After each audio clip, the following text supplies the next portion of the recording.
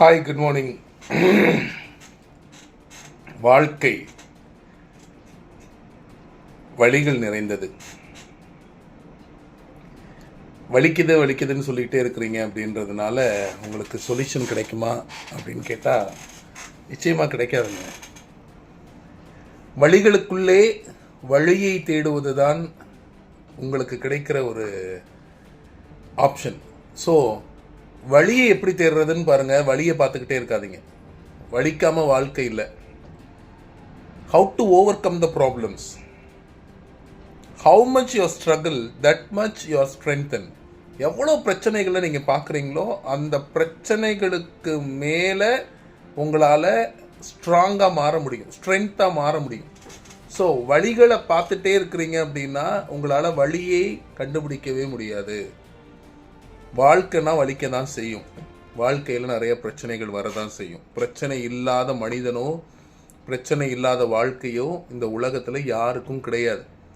ஆனால் எங்கே நம்ம என்ன பண்ணுறோம், பிரச்சனைக்குள்ளேயே உழண்டு கொண்டிருக்கிறோமா, இல்லை பிரச்சனையை விட்டு வெளியில் வரோமா, இல்லை அந்த பிரச்சனைக்குள்ளே வழிகளை தேடிக்கொண்டிருக்கிறோமா அப்படிங்கிறது தான் முக்கியம். வலிக்குதுன்னு நான் மருந்து எடுத்துக்கிடவே இல்லைன்னு வச்சுக்கோங்களேன், எனக்கு அந்த வலி போகாது.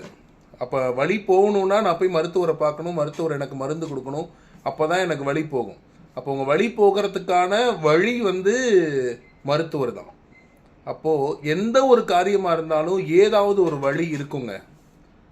மீண்டும் சொல்கிறேன், பிரச்சனைகளுக்கு சொல்யூஷன் இருக்குது. Where there is a problem there is a solution. அந்த சொல்யூஷனை கண்டுபிடிக்கிறது தான் நம்மளோட திறமை.